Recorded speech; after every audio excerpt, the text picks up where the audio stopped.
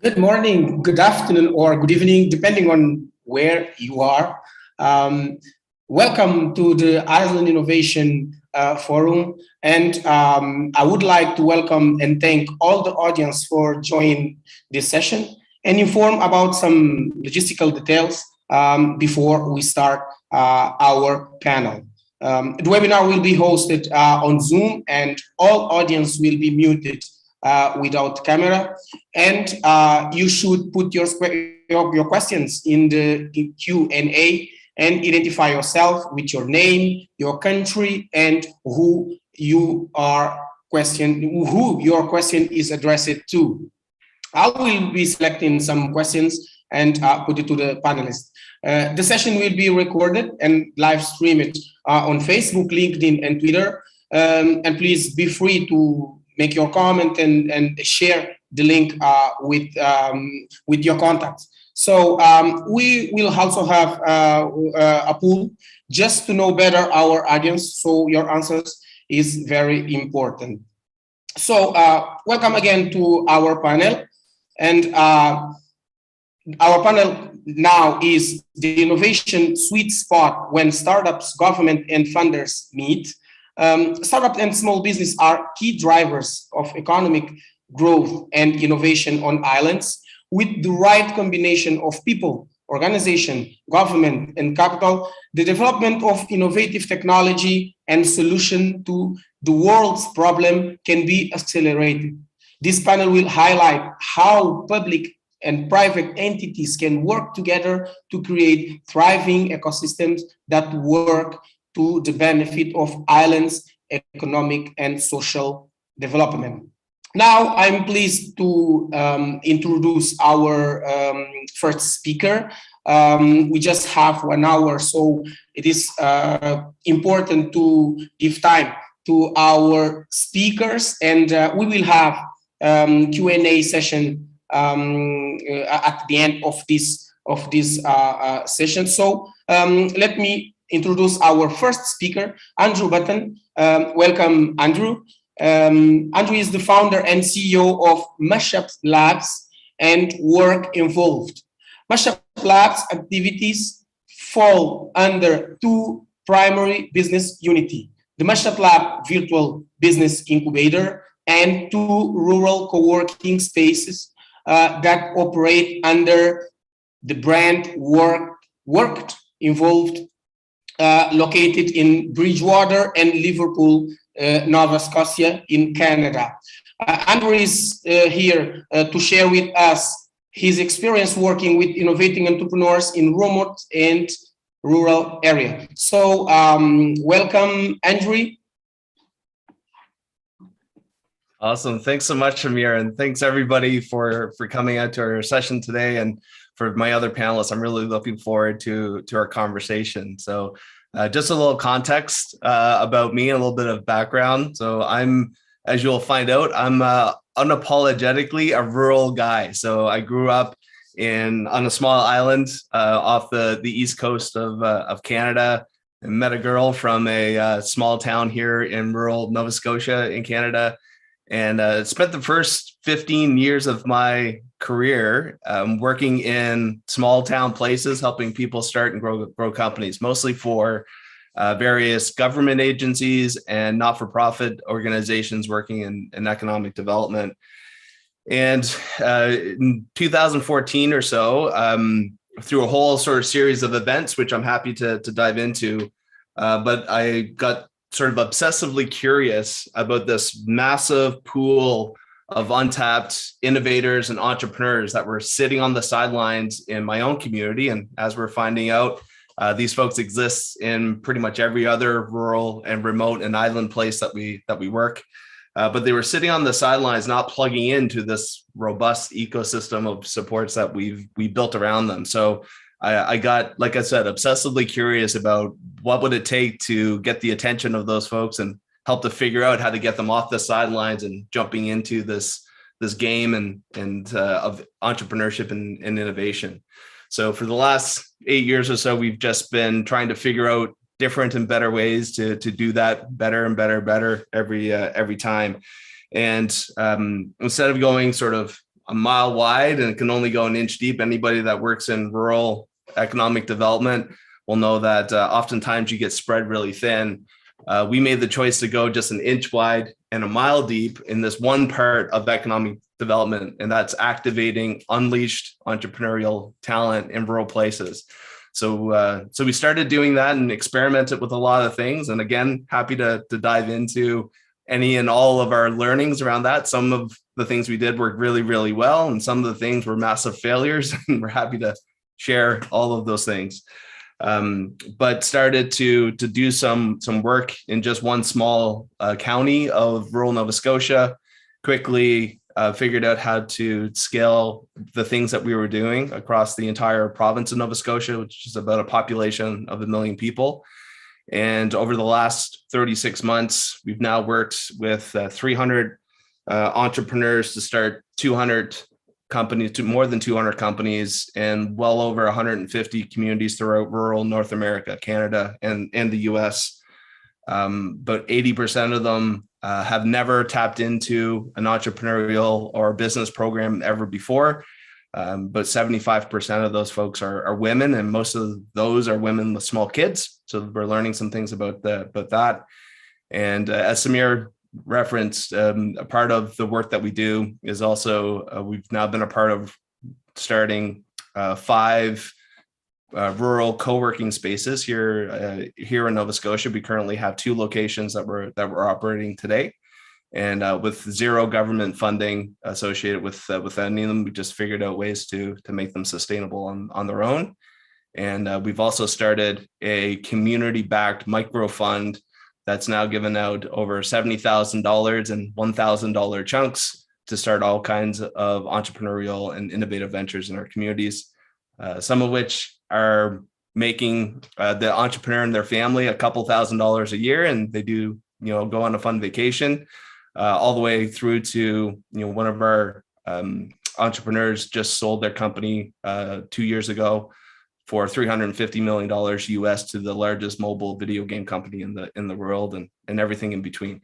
So I'm super excited to dive into this conversation around the intersection between startup, government, and innovation and funders, because that's the world I've been living and breathing for the last 20 years. So thanks so much for having me. Happy to dive into to any of the questions you have.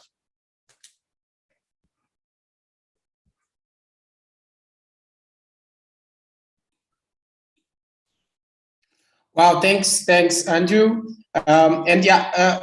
It is very exciting to hear from you because when we talk about remote areas and rural areas, it is very important to have institutions supporting startups and business development ecosystem, because most of the time the public policies it's so far is in big cities, so it is so important to have people like you trying to make impact on your community, on your remote and rural community. So we will have time to discuss about some remarks Andrew brought here. But now I'm pleased to introduce you our second speaker, Annika Ben. Welcome, Annika. And Annika is currently the Director of Economic Development at the Linden Fund USA. The Linden Fund is an umbrella organization that mobilizes the overseas diaspora and resident Linden community in the economic and social redevelopment of the town of Linden in Guyana.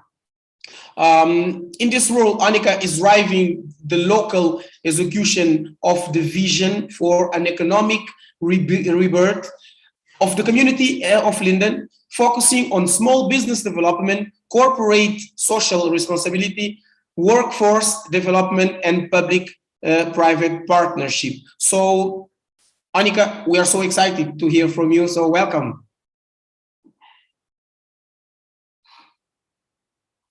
Good afternoon, everyone, and thank you so much for the introduction. It is indeed a pleasure to be here from wherever you're tuning in from, I'm, looking into the chat and I see we have quite a few persons from the Caribbean and from several parts of the world.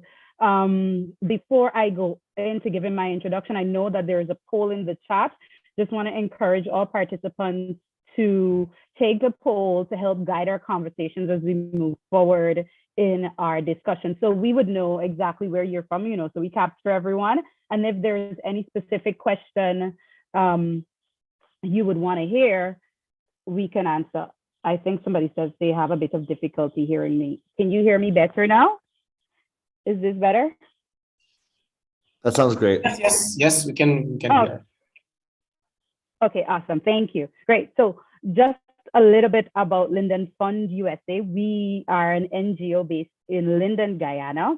We have been in existence for about 23 years, going into our 24th year this September. And initially, the group started out as a group of Lindeners who live in the diaspora, Guyanese citizens who live in the diaspora, who are just passionate about where they came from and wanted to support the community. So whilst we started with more philanthropic type work, within health, within education, through scholarships, through grants, through funding, in one case, bringing in about $29 million worth of health and personal supplies for the local hospital. In January of 2021, we branched out into an economic development initiative. Now, this was new, but the idea of this initiative is to support the region and to support some of the main actors within the region who are working in the various sectors. The speaker has already given a few areas we work in, corporate social responsibility, business development, and the like. But I'll just like to hone in on three of them. One, which is business development, two, job creation, and three, resource mobilization. Now, grounding the work that we do is an approach that is called the ABCD, asset-based community development. Now, with everything we do, whether it's entrepreneurial, whether it's philanthropic, we try to ensure that persons can focus on the assets within the community, and we use that to really drive everything that we're doing. And we've done a couple of innovative things within the last year that we've been launched. And I'll only go into three sectors: tourism, construction, and agriculture. Now, within the tourism sector, working with the main bodies and the main stakeholders within the region, such as the Regional Tourism Committee, as well as the Regional Tourism Officer, who are government officials, and an NGO that came out of the government. One of the things that we wanted to do was to support the sector. So we have and developed a unique tourism website that is focused on Region 10 within Guyana. And this is the first and only website of its kind within the country. And it hosts events, it hosts hotels, restaurants, and everything that you need to know about the region. So if you're coming in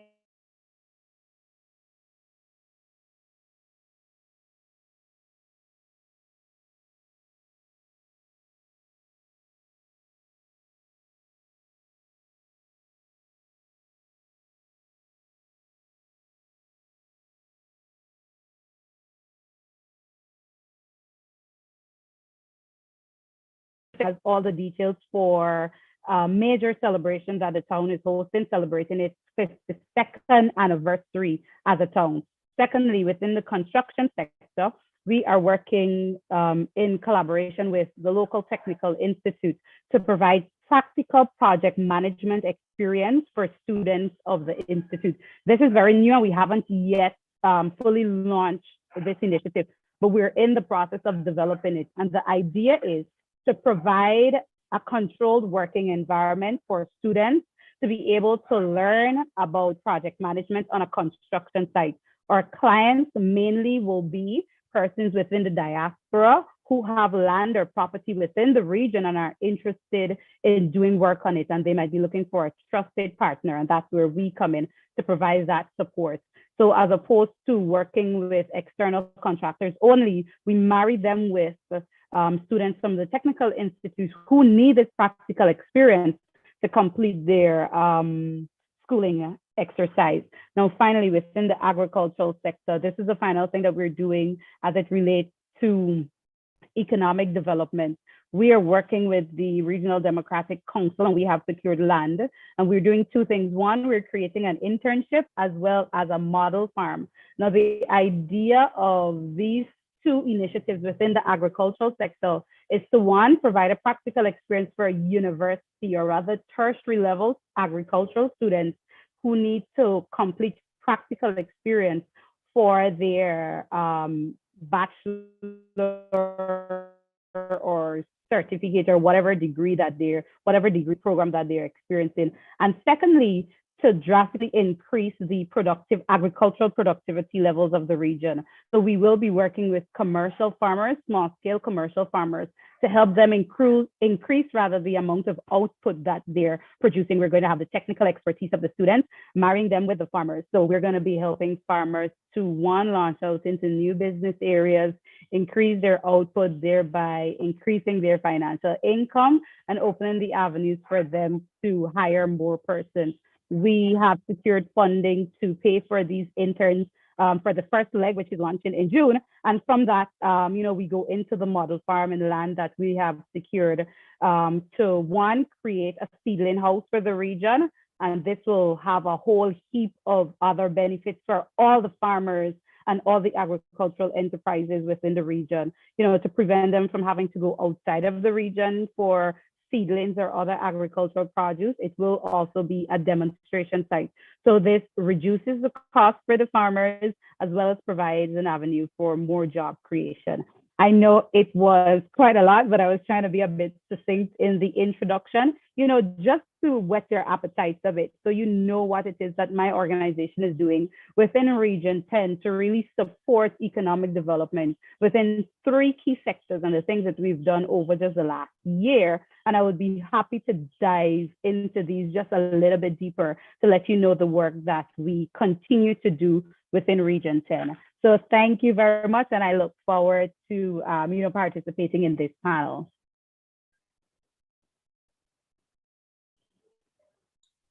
Thank you, Anika. Very interesting to see how diaspora can help in the development, in the economic development of a region, but also the impact Linden Fund is trying to have, because sometimes it is very important to get impact on the population.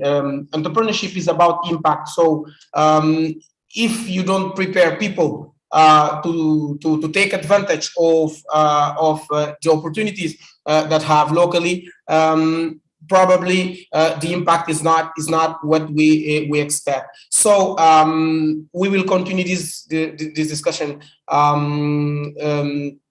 later. So let me introduce our third speaker, and our third speaker will bring a different perspective, a perspective from a public entity. Vanessa Torre is the director of the Foreign Economic Cooperation Division of the Ministry of Economy Development of Curacao. And she has a huge experience with designing and implementing various programs to help, various programs and service for entrepreneurs, SMEs, investors, and exporters. So, Vanessa, we are excited to hear from you how the public sector can contribute for a better ecosystem for startup and small business. Welcome, Vanessa. Yes, thank you very much, Samir. Thanks to Island Innovation for the invitation to, for the second time, participate in the Island Finance Forum. My name is Vanessa Torre. I work at the Ministry of Economic Development in Curacao. I have been with the government for the last 11 years. Before that, I worked for 17 years at the Chamber of Commerce in Curacao. So working with entrepreneurs, with startups, investors, and exporters in Curacao. Our mission is to build a competitive, innovative, and resilient Curacao. And before I dig into the presentation, I would like to just introduce you shortly to Curacao. Curacao is an island in the Southern Caribbean. We are one of the constituent countries within the Kingdom of the Netherlands, together with Aruba, Sint Maarten, also in the Caribbean, and also the Netherlands in Europe. Our territory is only 444 square kilometers, and our population is 151,000 inhabitants. We have 3 official languages, which are Papiamento, which is our native language, Dutch, and English, and Spanish is widely spoken by the population. Our currency is the Antillean guilders, and it's pegged to the US dollars, and $1 US is 182 Antillean guilders. Our terrain is low, hilly, and volcanic. We have 2 national holidays, which are July 2nd and October 10th. And our economy is very diversified and services oriented. We have a refinery. It has been at a standstill for the last 3 years, but working to get it back on track with cleaner energy.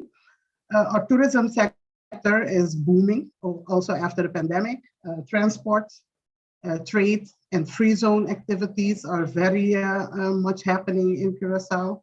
We are one of the pioneers in international financial services, so that's still one important sector, and IT services is also one of the main economic sectors we have on the island. At this moment, we are working on diversifying our economy, diversifying it more.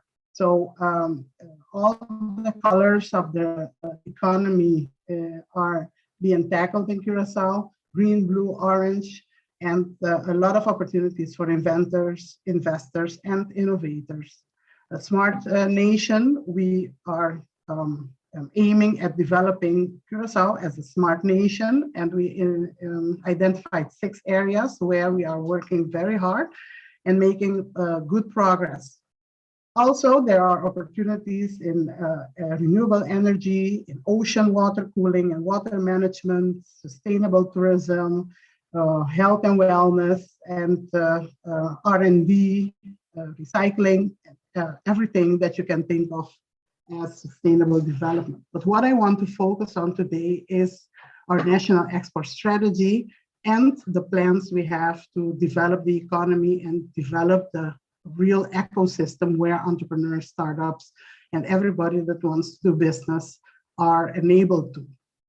We got the technical support of International Trade Center, which is a UN and WTO agency, to help us design and develop our national export strategy. We just finished that phase and we are starting implementing. The focus of the national export strategy is to improve the standard of living of the people in Curacao through enhanced export performance. We developed 11 strategies, 6 priority sectors have been identified, 4 support strategies, and a 5-year plan of action. All this has been done during the last 2 years, during the pandemic.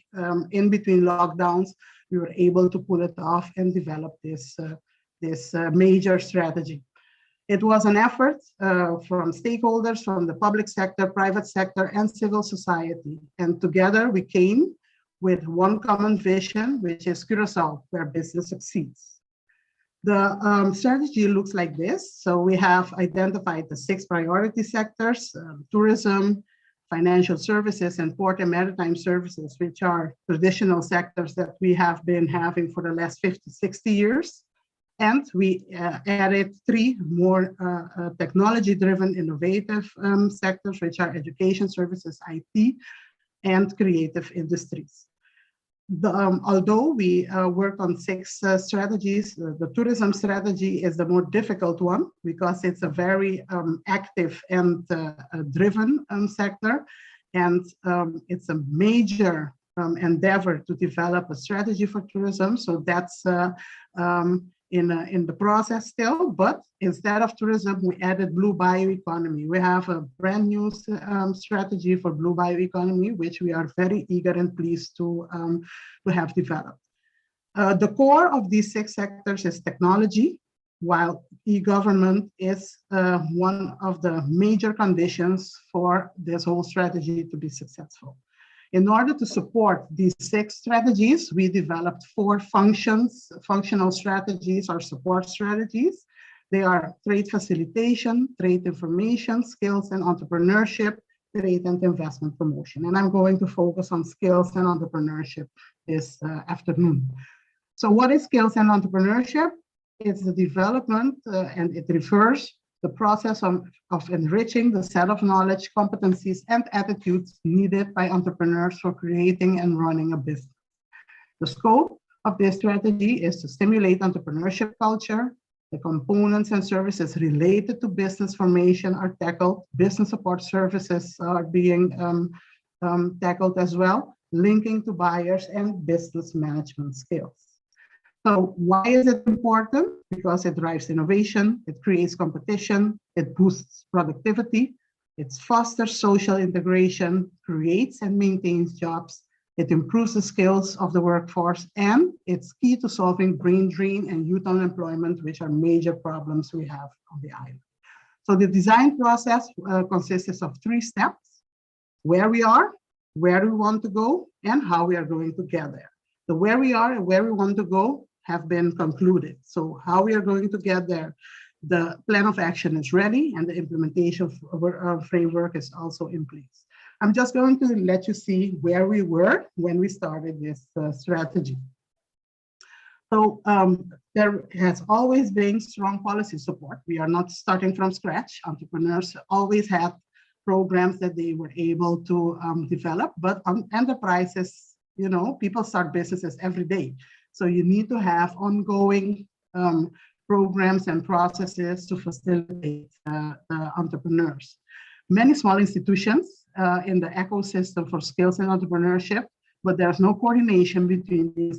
So everybody wants to do something. It's starting, you know, small organizations, but it's not effective. Burdensome registration permit processes, lack of information is also a burden for the entrepreneurs. Financing schemes exist, but are unaligned and uncoordinated, and financing does not exist for every stage of business development. So there is limited lending capacity, lack of startup capital, and angel investor networks. Institutions provide skills trainings, but on an ad hoc basis, and also the uncertainty of funding leads to stop-start approach to skills development. Institutions try to work together, but struggle with limited capacity. As I said, small organizations, it's a small island with lack of human capacity. So you tend to have all these things, and I think other islands will also recognize these problems.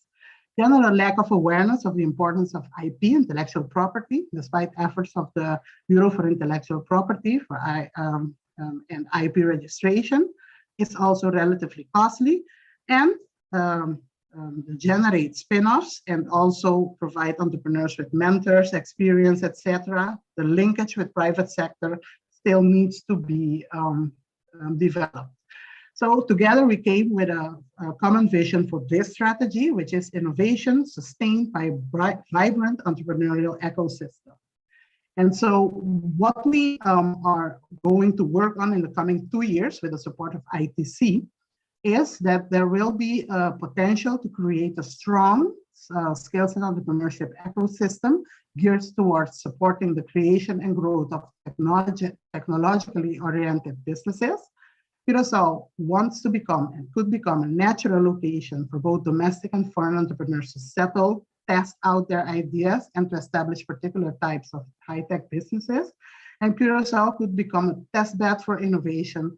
IT services sector and R&D institutions will be key. So now you see how the whole national export strategy will be helped and supported with this skills and entrepreneurship strategy. And the key benefits: create jobs in high-tech sector, foreign exchange earnings potential, attract young people to work in new and exciting businesses, and the linkages could be formed between sectors to enable the country to retain value. So what it will change? So we will come to a better entrepreneurship culture, a stronger culture, stimulate business formation, and also the ease of forming businesses, financing business scale up when we get the banks and all the other financial institutions on board, improving business management skills, and improving institutional coordination and communication, which brings us to a pipeline in order to support the development of the technologically oriented businesses from the beginning till when they grow. I invite you to follow us on what'scookingincuracao.com. There we will keep you posted on the developments. You can download the app in order to stay informed on all the developments in Curacao. And if you want to be in touch with us, that's my contact details.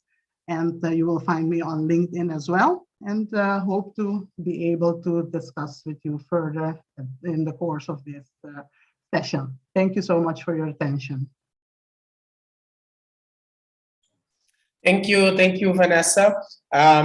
Thank you for showing us your beautiful islands.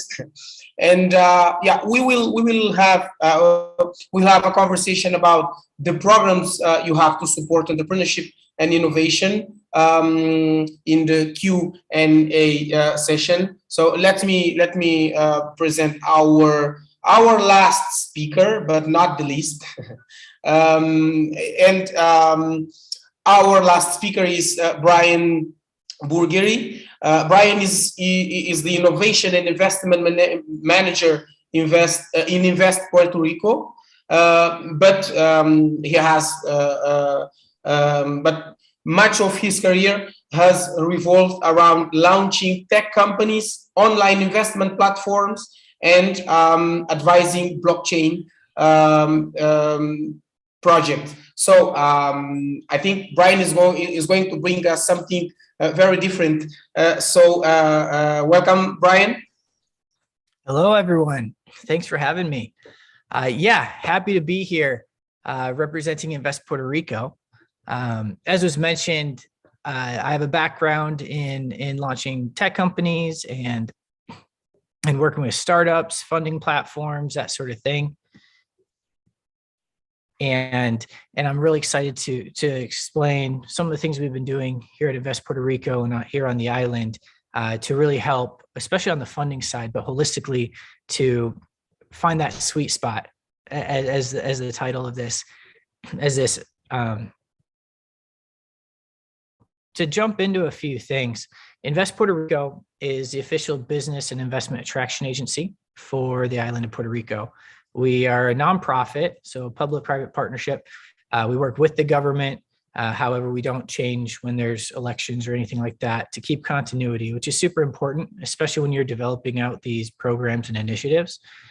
So what we focus on greatly is attraction of foreign direct investment, as well as bringing in those types of companies and opportunities that really create jobs and sustain and grow the ecosystem and the economy. As we all know, especially living on an island, sometimes there's brain drain, sometimes there's natural disasters or storms or things like that. But what we've also found is that on islands is where resiliency, where certain innovations, where a lot of the sparks for current and future solutions that are needed in the world also happen. And it's very important that we're setting up, again, that sweet spot or setting up that ecosystem where those things can grow and hopefully grow on the island and not necessarily have to leave to somewhere else to make those a reality. So some of the things we focus on, in addition to working with companies coming down that could be large or small, is connecting with the ecosystem and what we call stakeholders here on the island. And that is government, that is nonprofits, that is current businesses and organizations, and especially startups, accelerators, support programs. We're all part of this ecosystem. And the more we work together, we've seen the exponential increase.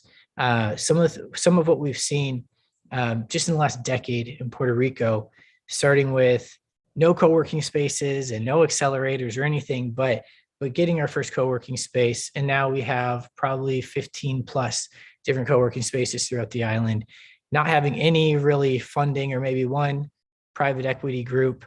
And now we have dozens of investment funds and private equity groups on the island, and even have a couple angel networks. And it's all a rolling system that works together. You don't just overnight or do one initiative, implement it, and all of a sudden you have a bunch of investors. It is a process, but there's some very specific things that can be done. And the government has a very big role in trying to make that easy. That always helps when there's less barriers to entry and to continue. But really what we see and have seen is the private sector leads. So the private sector, these innovators, these companies, these entrepreneurs, these investors, really pushing the needle on what can be done. And the other thing that we've seen is having a mixture and with migrations now, with travel being easier than maybe decades past, and technology, and even the fact that we're all on who knows how many islands talking to each other right now, and learning from each other, being able to connect these ideas, these experiences are all being shared. And that's really giving those of us who live on islands an even better chance at really showing our true colors, which tend to be in resiliency and innovation. And as we've heard in some of the previous speakers, and also being able to attract and re-attract diaspora who maybe left the island, which also bring a lot to that knowledge pool. So some of the things we've seen, and then I'm going to jump into a project that I've been working on. Some of the things we've seen over the last number of years is a mixture of these groups working together, but also the government implementing what we like to call smart incentives. So we like to attract companies and businesses and investors who want to be here, who see the value regardless of incentives. But many times those incentives are doing just that. They're that little push to get someone to uproot and come to an island, which isn't always easy. However, if done right, it can be one of the best decisions made for both an individual and a company.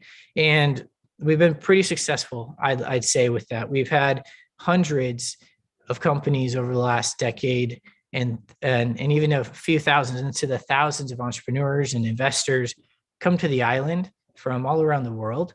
And with that, one of the very important things beyond just more economic activity is the brain trust and mind share of those individuals who have come down, who maybe have been the top in whatever industry they are, coming here, mixing, connecting, being able to facilitate knowledge transfer to those on the island and back and forth, and learn about resiliency here on the island that maybe they wouldn't have experienced if they came from a larger continental jurisdiction.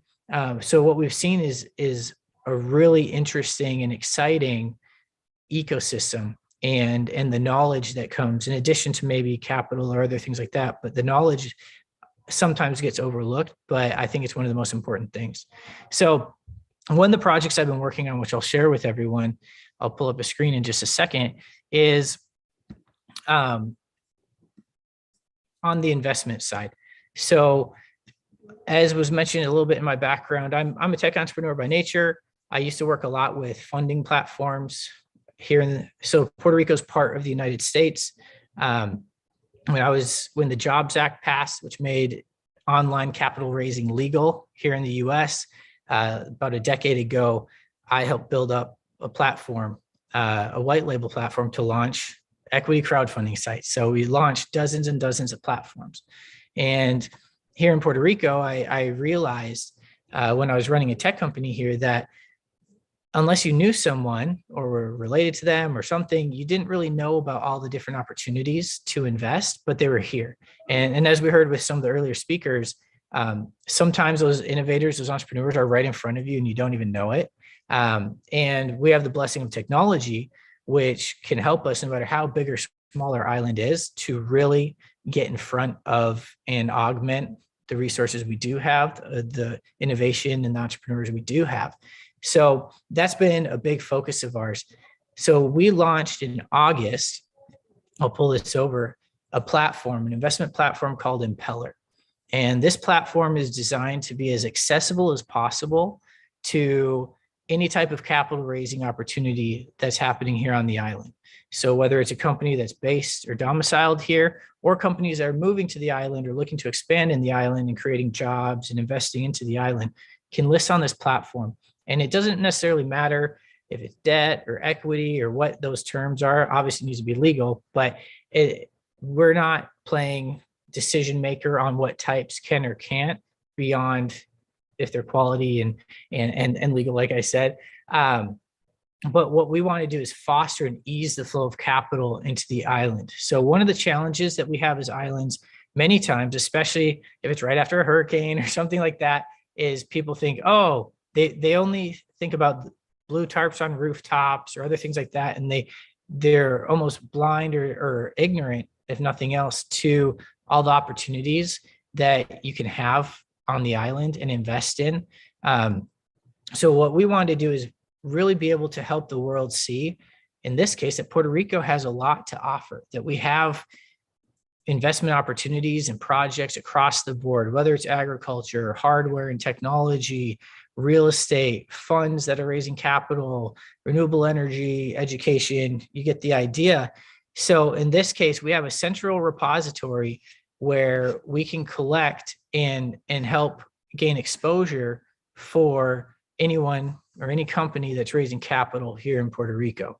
And like I said, this launched at the end of August, and we've had an amazing response. So I believe last week we broke the 800 mark of investor accounts on the island.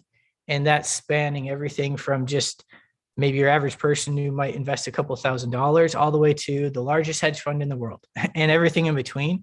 So obviously not everyone invests in everything, but it's helped us to see that there is interest in Puerto Rico. And if we can get the right deals and help the ecosystem and the island and those entrepreneurs here to get prepared and presentable, that we can get them in front of a lot of these potential investors that are both on and off the island.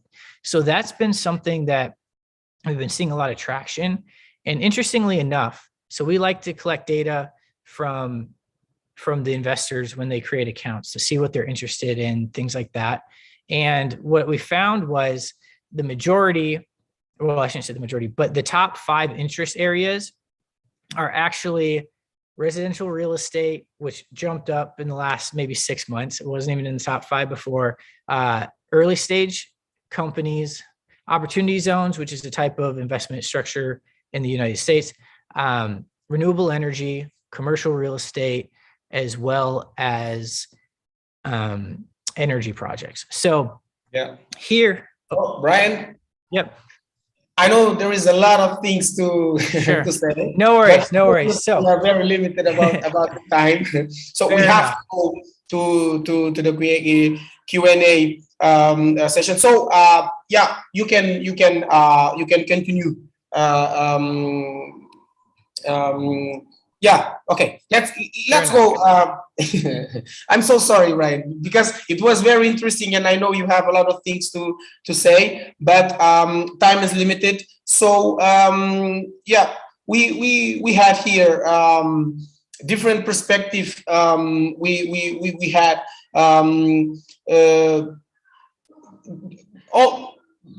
a lot of player of the ecosystem, startup ecosystem, sharing their experience. And now I'm gonna read some questions. As expected, we have a lot of questions, so it's not gonna be possible to read all the questions.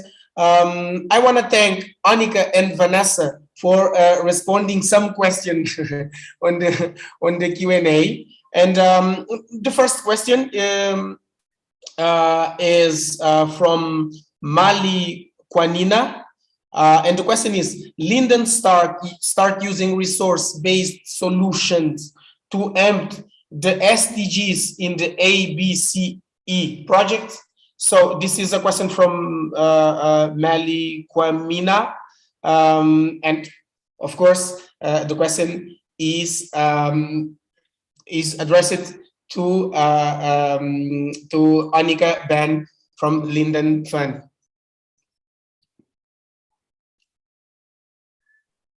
Yes, thank you so much. So our projects, we're definitely looking at their connection to the SDG. I was just pulling up my document to be sure I'm going to quote the right ones for you, just because we're doing so many, but for the agricultural project, which is the one we're working on now, at least in developing it a bit more fully, since it's going to be launched in June, it's connected to goal 2, which is to end hunger, achieve food security, and improve nutrition and promote sustainable agriculture. Specifically, targets 2.3 and targets 2.4. 2.3 has to deal with doubling the agricultural productivity and incomes of small-scale food producers, in particular women, Indigenous people, family farmers, etc. And target 2.4 is to ensure sustainable food production systems and implement resilient agricultural practices. So by having the technical expertise to match with the farmers, we're hoping to help to improve some of the practices that they're doing right now. And the idea is each year, each iteration of the project, to have a different group of farmers. So we will provide the technical support to the farmers and then monitor their output to see how they're producing, to make, to give advice and to make comments and suggestions on what can happen. We're also partnering with the government as well through their regional agricultural office, so to get other technical support. So it's not just, we're not just saying we want to double or we want to increase agricultural productivity, but we're using the technical knowledge to do it. And through the model farm, we're hoping to have a practice site where farmers from the region will be able to see some of the techniques that, we'll be encouraging them to adopt. So just to respond to that very quickly. Thank you so much. Thank you, Anika. I just have one more question to you. Questions from Ryan. The question is the Guyanese government or Linden resident focused on any particular agriculture, crops, or livestock? Yes. So that question actually has 2 answers. One, because our government in this year launched a program to try to encourage youth into agriculture, and they're focusing on a few high value crops such as cauliflower and broccoli and a couple of other things. But within the region, we have an issue where we find that a predominantly large percentage of our food is imported from other regions into the region. So we do have quite a lot of crops being produced. So it's mainly fruits and vegetables, but there isn't a targeted focus within the region on specific crops. The idea now is just to try to increase the food that is being produced to provide to the region. Thank you. Let me move to Andrew. Ruth Cross is asking, do you train your entrepreneurs, and what is the incubator like? Yeah, no, thanks for the question, and some really interesting insights coming from the things that are being shared. So yeah, that's the main sort of focus of our work right now, is launching our 100% virtual business incubator in rural places across Canada and the US, and we're looking to expand to other regions. And we work with groups of 15 entrepreneurs at a time in a cohort, and we run them through 6 weeks of programming where they get together every week for those 6 weeks with that group of entrepreneurs, and we work them through the process of trying to figure out if there's a great business to be built around this great idea that they have. And we often work with those folks at the very, very early stage, right? So to be able to plug into a lot of the supports in the ecosystem, it's not just about accessing capital and accessing access to capital. It's about how do you figure out the business model behind the idea. So that's where we tend to focus a lot of our time and energy, is helping those entrepreneurs figure out who specifically is the customer, and what problem are they solving for that customer, and what makes it their solution different than all the other things that could be available to them. And so the real important thing to remember is that sometimes it's not necessarily about the program and curriculum structure, right? The things that you do. It's really about how you make those things approachable to the kinds of entrepreneurs and people that you're looking to activate in your community. And what we've been learning from my 15 years of working in government and economic development, we were really promoting more about the curriculum and the program and the thing that you could go through. What we've been learning in these last 8 years with Mashup Lab is that sometimes that those things may be available and even accessible to people, but they don't always feel approachable. And what we're seeing is this massive pool of talent that are sitting in a lot of these places that don't feel like any of those things, those services that are absolutely for them, they don't believe that they're actually for them because they don't call themselves entrepreneurs. They don't think what they're working on is a business idea yet.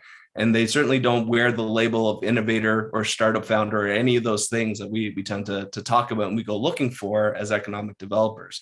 So we've really focused our energy around trying to figure out how to make that whole process of exploring a business idea much more approachable so that they can tap into things like Brian has created, right? So they know how to pitch an idea and present an opportunity to really sort of access that capital, right? So it's not just about making the capital available. You have to have entrepreneurs that are able to position it. So we spend less time really digging into the nuts and bolts of how to run and start a business. There's lots of programs and other services that will help entrepreneurs do that. We help them figure out if there's a great business to be built around this idea that they have. So I'll put a link to some more details and around the actual structure and that stuff in the chat. Thank you, Andrew. So let me just try another one. Someone is asking if it is possible to share the notes. I think it's the presentation. So I think this is possible. Maybe the Islands Innovation staff can ask about that. So well, now I'm kind of lost with the question. There is a lot of questions, and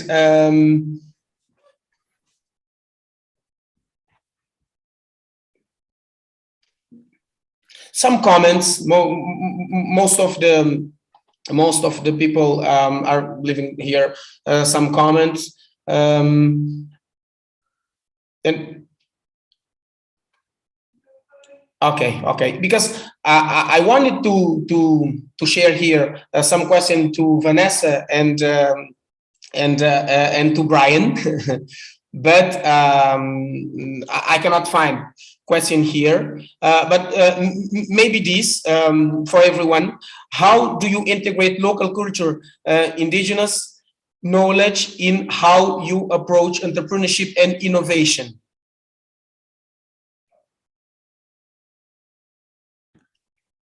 I'd love to jump in on that one if I could. I know I've spent some time talking about it, but we actually had the great privilege to be able to team up with an Indigenous college here in Canada called Unama'ki College to create a Indigenous version of our virtual business incubator. So we, in the spirit of two-eyed seeing, where we brought our knowledge from Western business practices and best practices around how to do this kind of programming in a 100% virtual environment.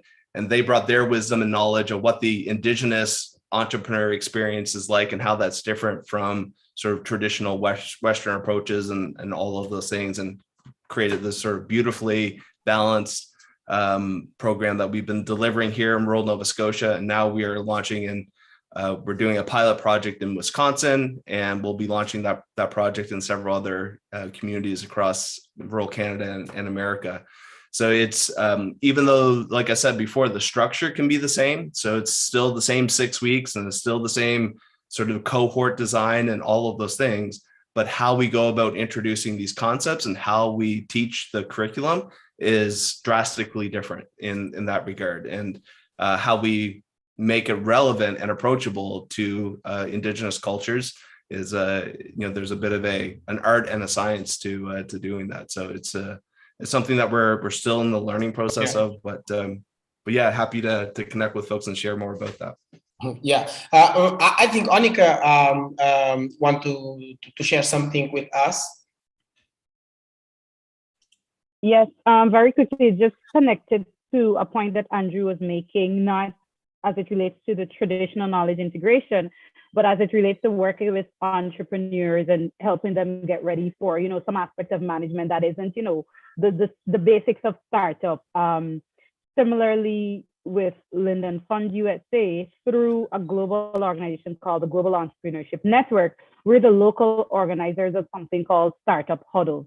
So we organize monthly huddles for local businesses within the community to come together, and we crowdfund support for issues that these businesses are having. So whilst it might be initially in the form of conversations, long term, we're hoping, one, to provide connection with larger grant funding that would be available, provide training based on what these businesses would have expressed their, some of the issues that they're having across the board.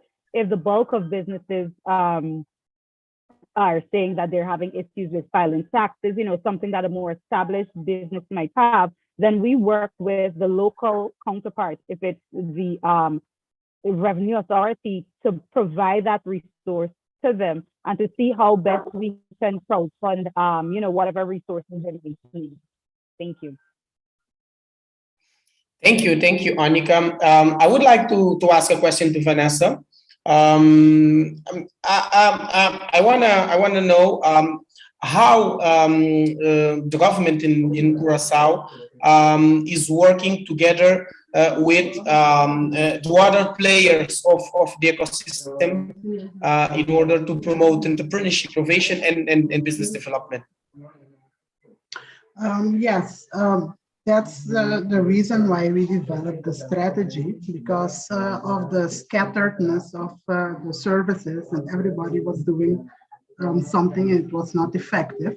So in light of the strategy, we have established a structure, which is the National Export Council, where all the organizations and from the private sector, but also public sector and civil society come together and develop and implement together the national export strategy.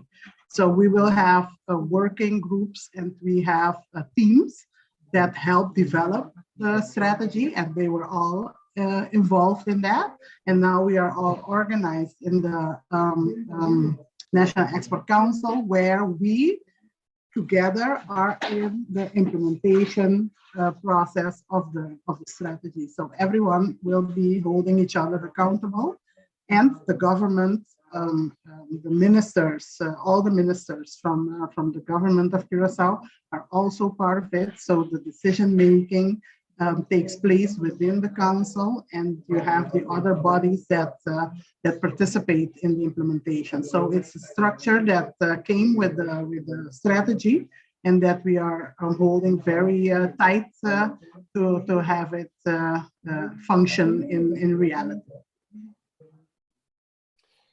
Thank you, Vanessa. I'm going to make the last question because we don't have much time. To Brian, and I'm talking about our experience here in Cape Verde. The startup funding is focused on bank loans and some crowdfunding platforms. But how do you think we can do to attract, to bring investors, venture capitalists to Cape Verde? São 19 horas. Sure.